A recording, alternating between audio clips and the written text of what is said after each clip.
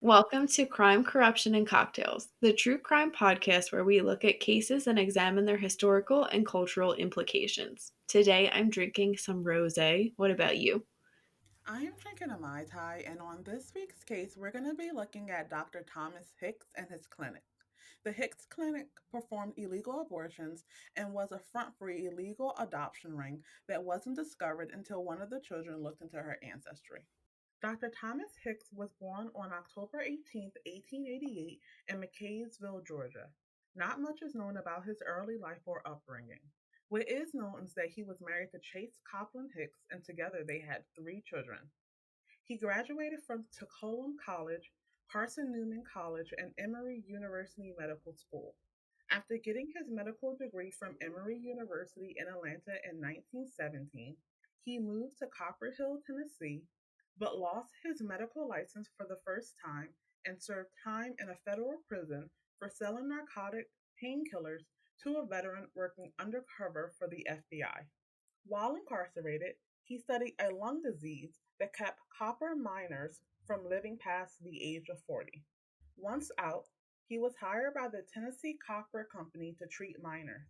The only problem was he filed more claims than there was miners with the disease. He opened the Hicks Community Clinic in 1945 and ran it until his retirement in 1965. The Hicks Community Clinic was located in the small mining town of McKaysville, Georgia, and it provided health care services for the townspeople. Dr. Hicks was well liked by the community and they trusted him. One woman said, quote, "He was a very generous person. He and Mrs. Hicks were so kind to so many people. I never knew anyone so generous. He did a lot for this town." End quote. In the early 1950s, at a time before Roe v. Wade, Dr. Hicks performed illegal abortions.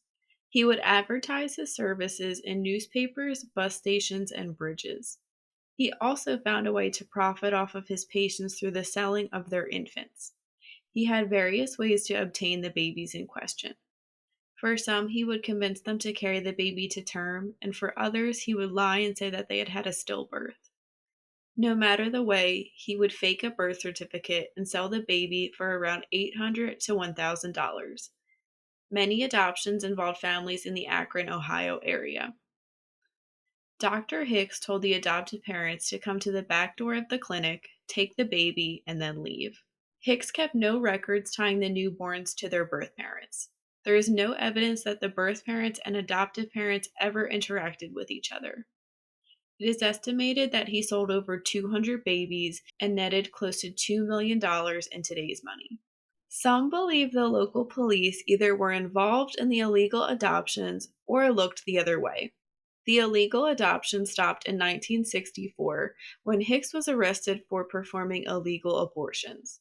In order to escape prosecution, he willingly gave up his medical license. Dr. Hicks died in 1972 due to leukemia. This would have been the end of the story if it wasn't for DNA technology. Again, it is estimated that there are nearly 200 Hicks babies, and in 1997 they began to uncover the truth of what happened. The first person to start to unravel this backstory was a woman named Jane Blasio. Jane learned from her father that he and Blasio's mother had brought her from a clinic in Georgia. Blasio knew she was adopted but assumed it was a legal adoption until her father told her otherwise. By 2014, 30 suspected Hicks babies traveled to Tennessee to undergo DNA testing with the help of ancestry.com. Blasio continues to assist Hicks babies and their families in the search for answers from her home base in Akron, Ohio. This is an eye opening case that is connected to so many different modern concepts. These include abortion, reproductive rights, including the access to contraceptives, and the black market. We're going to start this episode's discussion by taking a deep dive into abortion. Before we do, we're going to lay out our own personal views on it, starting with Jenny. I fully support abortion. In a perfect world, we wouldn't need to have abortions, but that's unfortunately not our reality. And I think denying a woman that right is another way to oppress women and essentially deny them a form of healthcare and family planning, because that really is all abortion is. Banning abortion or restricting access doesn't make abortions go away, it just makes safe abortions go away. And to me, life does not begin at conception, which I know is an argument for some pro life, anti choice supporters, whatever you want to call them. People often overlook the reasons why someone gets an abortion, and everyone has different reasoning. And I think that there's a lot of nasty myths and fear mongering around abortion that I just frankly wish would go away. It's not a decision someone makes lightly, and it may not be a decision I would personally make, but I don't support taking that right away or shaming someone for getting an abortion. I think we might have differing opinions, Dell. So, yeah, I definitely think we have differing opinions on this one. For me, abortion is a tricky topic because it touches on the most basic questions. Who has the right to live, and when does that right start? I believe that everyone has the right to live, and that right starts with the formation of a new person at conception and doesn't end until the natural succession of life. While I agree that everyone has the right to determine what happens with their own body, abortion creates the situation of what happens if the choices you make with your own body leads to the demise of someone else. Life is precious, and abortion doesn't allow that preciousness to become a reality. I think abortion is a hard choice to find yourself on the fence about because it speaks to the heart of your values. For me, there are similar reasons why I oppose the death penalty. It is fundamental to my value system that life be protected in all of its forms, from the preborn baby to those who choose to destroy the fabric of society with their evilness. So now that we've laid out our own views, let's take a look at what led people to seek out Dr. Hicks's abortion services. Before 1857, most states didn't have any laws in the books actually regulating abortion, but the American Medical Association started to argue in favor of restrictive abortion laws. So they had several reasons. They took the moral position that taking a life is wrong. They took a medical position that a preborn baby is a person. And they also took this weird practical position that since midwives were more likely to perform abortions, they were taking patients away from doctors. And they were successful in this effort. So by 1880, abortion was illegal throughout the United States. But of course, we know that that is not the case now. And a chain of cases set the stage for Roe v. Wade. The first one was Griswold versus Connecticut that stated that married couples had the right to use contraceptives. The next one was Esselstad versus Bard that stated that any person had the right to use contraceptives. And the final case was Carey Population Services International. And that decision stated that a state could not intrude on a person's right to make decisions around procreation. And then came Roe versus Wade, which is a Supreme Court ruling that struck down a Texas law against abortion. The case started with Norma McCorvey, who was pregnant with her third child. She wanted to obtain an abortion but couldn't due to the Texas law. Her friend advised her to claim that she was raped, but Texas had no rape exception in their anti abortion law. The illegal abortion clinic she wanted to use had been shut down as well. She was then referred to lawyers who would sue over the constitutionality of the Texas law. In the suit, she was named as Jane Roe, and the case was brought against Dallas County District Attorney Henry Wade in his official capacity to represent Texas. Their ruling stated that during the first trimester, governments could not prohibit abortions at all. During the second trimester, governments could require reasonable health regulations, and during the third trimester, abortions could be prohibited entirely so long as the laws contained exceptions for cases when they were necessary to save the life or health of the mother. It also places any laws challenging abortion rights under strict scrutiny, which is the highest level of judicial review. It holds that the law or policy can be constitutionally valid if the government can demonstrate in court that the law or regulation is necessary to achieve a quote compelling state interest. The government must also demonstrate that the law is narrowly tailored to achieve the compelling purpose and uses the least restrictive means to achieve the purpose. And contrary to popular discourse, Roe v. Wade isn't the law of the land anymore. So that distinction is definitely vested in the Casey versus Planned Parenthood decision. That decision upheld the constitutional right for a woman to have an abortion based on the Due Process Clause of the 14th Amendment prior to viability. The court did, however, overturn the Roe trimester framework in favor of a viability analysis, thereby allowing states to implement abortion restrictions that apply during the first trimester of pregnancy. It also replaces the strict scrutiny standard with the undue burden clause. This allows states to restrict abortions as long as the restriction doesn't place an undue burden on the woman. And examples of restrictions that have been placed by states include having wait times, requiring parental or spousal notification and or consent, having abortion clinics meet surgery center building requirements, and requiring people who are going to obtain abortion services attend ultrasound and other informational sessions. While abortion is a very important topic in and of itself, I think it's important that we look at the different parts of the US culture that leads to varying views on reproductive rights. The first is purity culture. Purity culture is a term often used with the evangelical movement that attempts to promote a biblical view of purity by discouraging dating and promoting virginity before marriage. They often use tools such as purity pledges and symbols such as purity rings and events such as purity balls. There's really no medical definition for like virginity or purity. I'm sure people have heard like virginity is a construct, and that's really all it is. It's just a social construct that movements like this really kind of perpetuate. So we see that purity is like the best thing you can have. If you're pure, if you've never had sex, you are worth more than someone else that has. And we see this, I would say, more so being put on women instead of men. What do you think? So I definitely agree. It's the thing of the boys getting the attaboys when they get a girl, and the girls getting slut shamed because they had a boyfriend.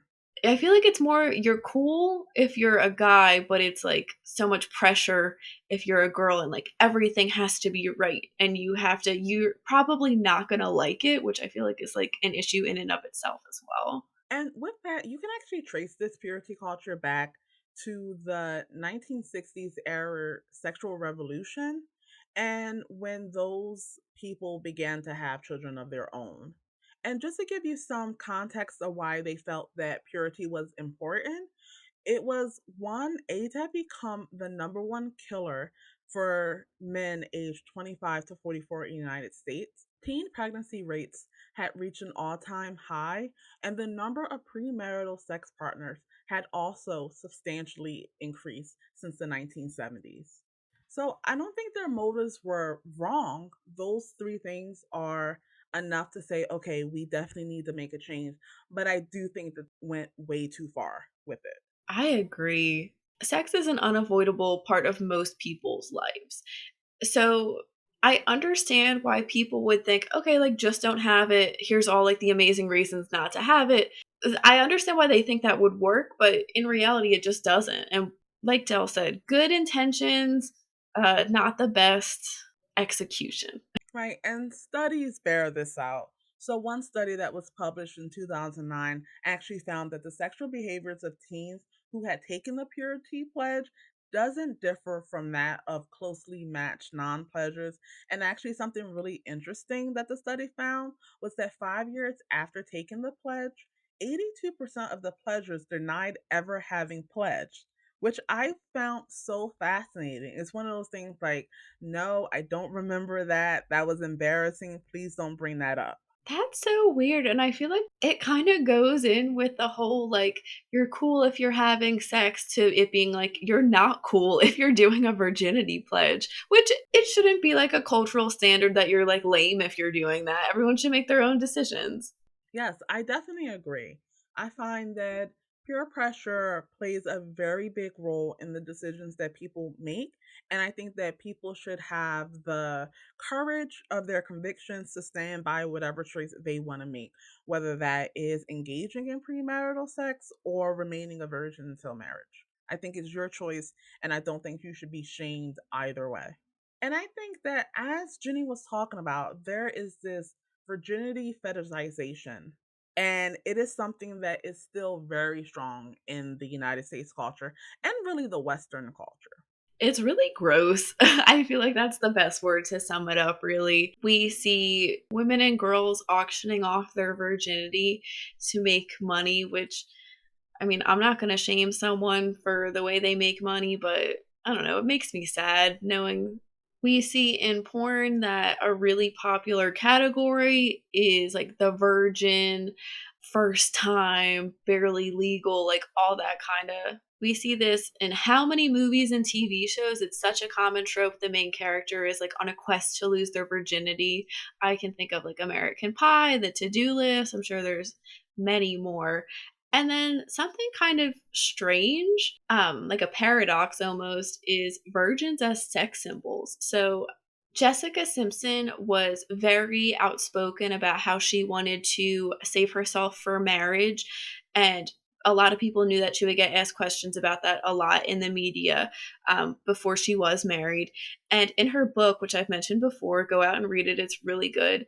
She mentions how the songs she was singing, it wasn't songs she had written, were making it sound like, she loved having sex. She was this sexual being, even though she had never had sex. And kind of the same thing with Britney Spears. She also said she was going to save herself until marriage, but she was, dancing in a very sexy way, singing like sexually suggestive lyrics. So it's really interesting, I guess, that it again goes into the virginity and purity being really desirable, but desirable in a sexual way.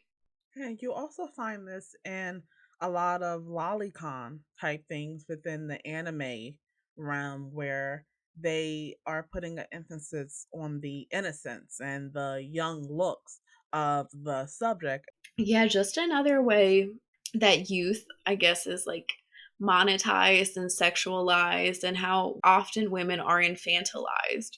And purity culture has led to a regression in sex education in schools. Advocates of purity culture argue that exposure leads to increased rates of activity, but all the studies show that that's not the case. And sex ed in school can be broken down into two clusters. One is abstinence only, and the other is comprehensive sex education. Abstinence only education is also known as sexual risk avoidance programs, and it teaches that avoiding sex is the only morally acceptable option for youth and that it is the only safe and effective way to prevent unintended pregnancy and STDs. In these courses, you generally do not discuss contraceptive methods or condoms unless you want to emphasize their failure rates. So it's a thing of, hey, no, don't use condoms, don't use any contraceptives, they fail, just don't have sex. This type of curriculum is taught in numerous states, including Florida, Georgia, Kentucky, Louisiana, Mississippi, North Dakota, Oklahoma, Tennessee, Texas, Utah, and Wisconsin. Many of these states have high STI rates, and several also have high rates of teen pregnancy. I've never heard them called sexual risk avoidance programs. That's really interesting. I would think the bigger sexual risk is maybe getting an STI or getting pregnant, but who knows? And again, that emphasis on it being a moral thing, that's really gross. And it also perpetuates that idea that if you're pure, you're worth more than someone else who is having sex and I guess fulfilling a human urge. That, of course, like the most safe and effective way to not get pregnant or an STI is to abstain. But again, not necessarily the most like realistic thing, probably not setting people up for healthy futures. It's absolutely not. And in the middle, you have this program known as Abstinence Plus that includes information about contraceptives and condoms, but they still stress that abstinence is the best way to prevent pregnancy and STIs. And the last really big cluster of sex ed is comprehensive sex education. And these programs include medically accurate, evidence based information about both contraceptives and abstinence, as well as condoms to prevent STI transmissions. They emphasize safe sex practices and often include information about healthy relationships and lifestyles. And one study found that youth who received information about contraceptives in their sex education programs were actually at 50% lower risk of teen pregnancy than those in abstinence only programs. And sexuality education in or out of schools does not increase sexual activity, sexual risk taking behavior, or STI and HIV infection rates. Do you remember what you had in high school, Dell, or middle school? So, in both middle school and high school, I had comprehensive sex education, but I am a child of the 90s, so I don't remember them really speaking about LGBTQ lifestyles within that class. I'm pretty sure it was a heteronormative sex education class. That's what I think I got to. I really don't remember very much. And it's not even, it's almost 10 years since I graduated high school. So crazy to me. I'm sure not very crazy to other people. But I don't really remember what we had. I do remember learning about STIs and we like went to the library and researched different STIs. I feel like we also did something on fetishes, which like, why were we learning about that in school? No shade to, anyone that has a fetish, but maybe not what we were really needing to be learning about. So, you kept hearing us saying contraceptives throughout this episode, and that's because access to contraceptives are so important. Currently, 49% of pregnancies are unintended. Government expenses from unintended pregnancies are approximately $12.5 billion. That's crazy. It's hard to believe that half the pregnancies basically are unintended. What the hell? Right. And I think that one of the things is I'm not going to shame anyone for unattended pregnancy. Definitely not. I just think that, having contraceptives are very important to make sure that that number comes down so that people can actively engage with family planning. So, unfortunately, not everyone has access to contraceptives. Right now, insurance plan restrictions prevent 73% of women from receiving more than one single month supply of their contraceptives at a time. And they create a situation where most women are unable to obtain contraceptive refills in a timely manner. I don't understand what the point of that really is. Like, I've heard of there was a whole Hobby Lobby thing in the United States a few years ago with how they were like a Christian company and giving their workers birth control in their health insurance didn't align with their values. But what's the point of like giving it out sparingly? That's like more evil, in my opinion. Right, yeah, it's so weird. When I read that, I was like, that can't be true. And then I looked and got a secondary source, and I'm like, oh, wow, 73%. That seems like a lie. And they didn't really give a good explanation on why that was. And I think that the fact that it's tied into the fact that it's hard for you to have to go and physically get that refill, it just makes the case stronger for non monthly forms of birth control, which include an IUD, includes the Depo shot, and different patches and rings that you can use. I wonder too if it just has anything to do with like the terrible state of health insurance in the US. So now let's lighten up this discussion by talking about the services besides abortion that Dr. Hicks was offering. His type of adoption was connected to what is known as the black market. And the black market can simply be defined as economic activity that takes place outside of government sanctioned channels. And black market transactions usually occur under the table to let participants avoid government price controls and taxes. But let's get into some specifics about the different types of black markets. So I think the most well-known one is drugs. And while law enforcement agencies intercept a fraction of illegal drugs and incarcerate hundreds of thousands of wholesale and resale sellers, there is a very stable demand for drugs and high profit margins.